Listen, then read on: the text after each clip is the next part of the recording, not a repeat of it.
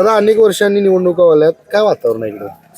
चांगलं आहे वातावरण. बरं, कुठला पक्ष बाजी मारला असं वाटतं?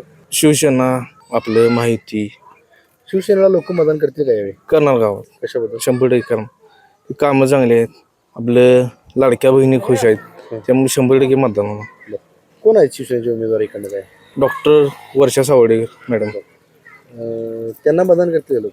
करणार की. व्यक्ती चांगली आहे त्यामुळे करणार. उच्च शिक्षित आहेत, कामं भरपूर केले आहेत त्यांनी पण. बाजी तर सावडेकर मॅडमच मारणार.